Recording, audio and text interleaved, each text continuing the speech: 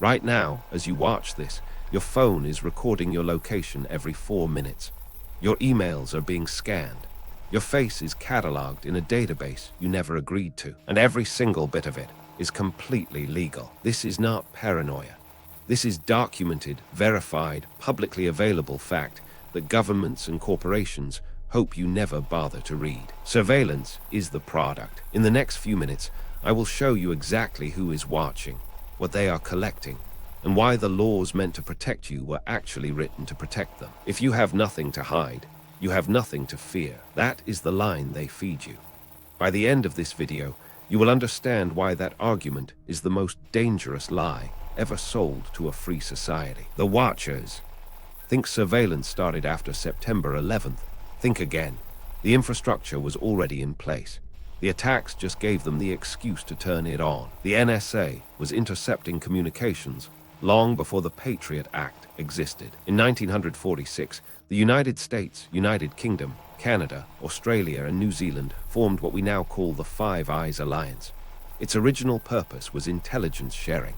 But here is what they do not teach you in school. Each country agreed to spy on the other country's citizens and then share the data back. Why? Because it was illegal to spy on your own people, so they outsourced the job. The NSA's goal is nothing less than total population control. William Binney was not some conspiracy theorist. He was the NSA's technical director for 30 years. He designed the surveillance systems, and when he saw what they were being used for, he became a whistleblower. Every phone call, every email, every text message collected and stored. That was 2001. 25 years later, the system is infinitely more powerful, and it is only getting worse. But how did they make all of this legal? That is where the real trick begins. Legal framework. Here is the genius of modern surveillance. They did not break the law. They rewrote it to make spying on you perfectly legal. After September 11th, the Patriot Act passed with almost no debate.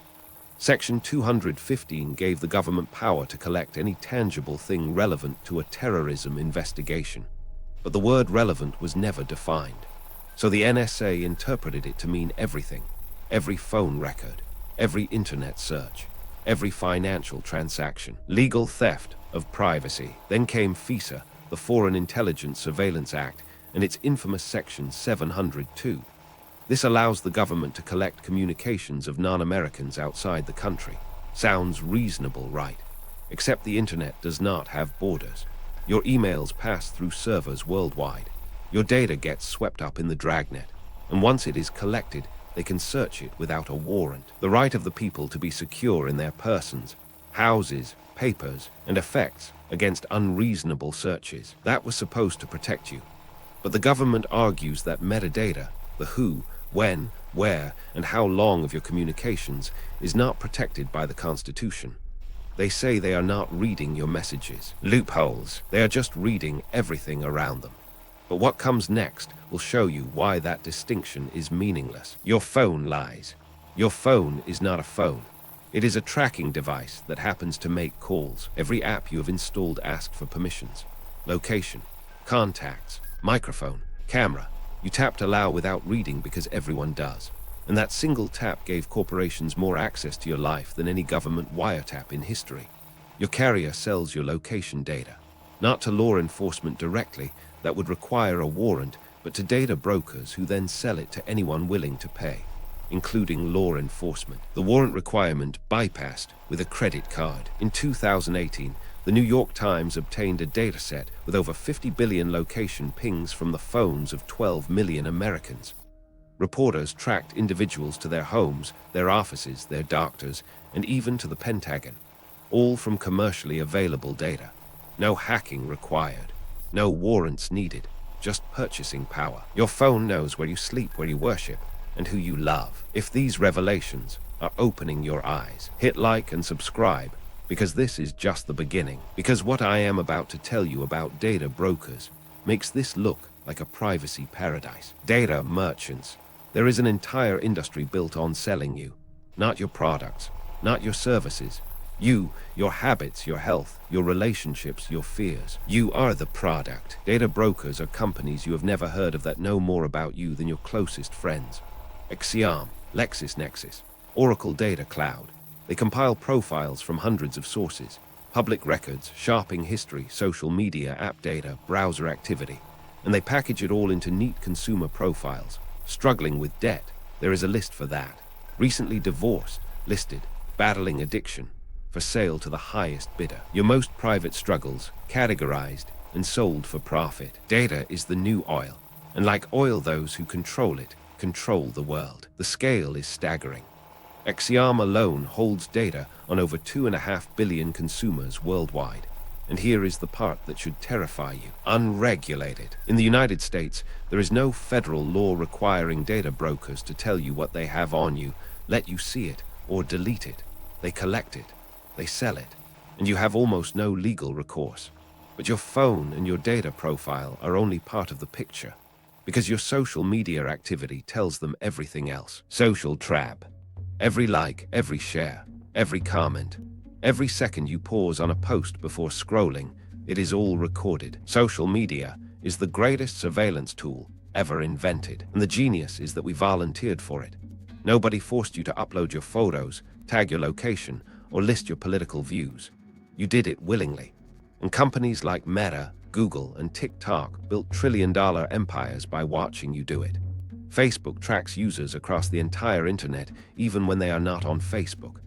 Google stores your search history, your location history, your voice recordings from Assistant, and your complete YouTube watch history. Free service, expensive cost. In 2018, a Cambridge Analytica whistleblower revealed that the personal data of 87 million Facebook users had been harvested without consent and used to influence elections.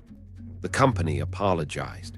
Zuckerberg testified before Congress, and absolutely nothing changed. If you are not paying for the product, you are the product. They know your political beliefs, your insecurities, and exactly what makes you click. And if you think your private messages are actually private, wait until you hear what happens to your email. Email exposed. Here is a question. If someone opened every letter you ever mailed, read it, and kept a copy, you would call that a crime. But when Google does it to every email you have ever sent or received, it is called a terms of service agreement. Gmail scans your emails. It always has, originally for targeted advertising. They stopped ad-targeted scanning in 2017, but they never stopped scanning. Google's AI reads your purchase confirmations, flight bookings, and subscription receipts and organizes them neatly in your account dashboard. Convenient, sure, private, not remotely. Every email you have ever sent still exists on a server you do not control. And it is not just Google. Microsoft, Yahoo, and every major email provider retain data that can be subpoenaed by law enforcement, often without notifying you. The Electronic Communications Privacy Act of 1986 allows the government to access your stored emails older than 180 days without a warrant. 40-year-old law. A law written before the internet existed still governs your digital privacy today. Your emails, your messages, your data, all fair game. But the most visible form of surveillance is something you walk past every single day. Face tracked. There are over 70 million surveillance cameras in the United States alone. In London, you are captured on camera an average of 300 times per day. Watched, but cameras are just the beginning. The real evolution is facial recognition. Clearview AI scraped over 30 billion photos from social media, news sites, and public databases without anyone's consent and built the largest facial recognition database in human history. They then sold access to over 600 law enforcement agencies across the country. Your face is now a search engine query for police departments. And the accuracy. A study by the National Institute of Standards and Technology found that facial recognition algorithms misidentify Black and Asian faces at rates up to 100 times higher than white faces. Innocent people arrested because an algorithm got it wrong. Robert Williams of Detroit was arrested in front of his family because a facial recognition system matched his driver's license photo to a shoplifting suspect. He was innocent. The algorithm was wrong, but he still spent 30 hours in jail. The surveillance state does not make mistakes, it makes choices. So who is building all this? And more importantly, who is getting rich from watching you? That is where the money trail leads. Who profits? Surveillance is not just a government project. It is $100 billion industry. Follow the money trail. Palantir Technologies, co-founded by Peter Thiel, has government contracts worth billions. Their software connects databases across agencies, creating surveillance networks that track individuals across every touchpoint of their digital lives. The company's original funding came from In-Q-Tel, the CIA's own venture capital arm. In the councils of government, we must guard against the acquisition of unwarranted influence. Eisenhower warned about the military-industrial complex. Today, we have the surveillance-industrial complex, and it is far more profitable. 1. Palantir's government contracts exceed $2 billion annually. 2. Amazon sells facial recognition software to police departments. 3. Microsoft provides cloud infrastructure for immigration enforcement. 4. Google's Project Maven used AI to analyze drone footage for the Pentagon. These are not shadowy organizations. They are publicly traded companies.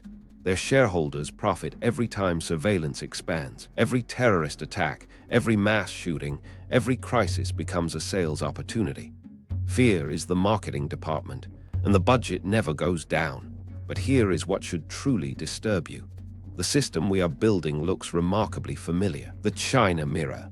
Americans love to point at China's social credit system and say that could never happen here. Already here, China scores its citizens based on their behavior, financial history, social media activity, who they associate with. But what do you think your credit score is? What do you think insurance risk assessments measure? What do you think background checks analyze? The difference between Chinese and Western surveillance is branding. China tells its citizens they are being monitored. Western governments and corporations do it while telling you that you are free. In China, cameras with facial recognition track citizens in public spaces. In America, Clearview AI does the same thing, just through private contractors. In China, the state censors social media. In America, algorithms decide what you see and what gets suppressed, all through private companies with zero democratic accountability. Same system, different branding. Of all tyrannies, a tyranny sincerely exercised for the good of its victims may be the most oppressive. We criticize China while building the same architecture under a different name. The tools are identical. The justification is the same: national security, public safety, convenience. But is there any way out, or have we already passed the point of no return? Digital escape. Here is the uncomfortable truth. You cannot fully escape surveillance in the modern world. The system was designed so that opting out means opting out of society itself. But awareness is the first weapon, and there are concrete steps you can take to reduce your exposure. Privacy is not about having something to hide, it is about having something to protect. Understand that convenience is the currency of surveillance. Every free service, every one-tap permission, every smart device in your home is a trade. You are trading privacy for ease. Convenience equals surrender. Use encrypted messaging. Signal exists for a reason. Use a VPN. Switch to privacy-focused browsers and search engines. Review your app permissions today, right now, and revoke access you did not know you granted. The most powerful act of resistance is informed refusal. Read the terms of service. Nobody does. That is exactly what they are counting on. Support legislation that protects digital privacy. The fight is not over.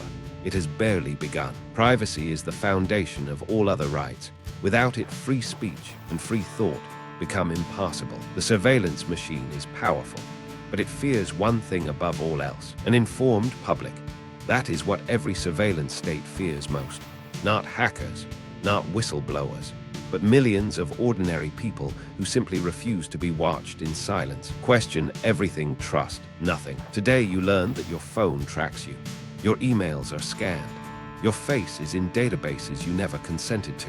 Your data is bought and sold like a commodity, and all of it is perfectly legal. The question is not whether you are being surveilled. You are. The question is what you are going to do about it. Resist. If you made it this far, comment eyes open to prove you will never look at your phone the same way again. Every government lies.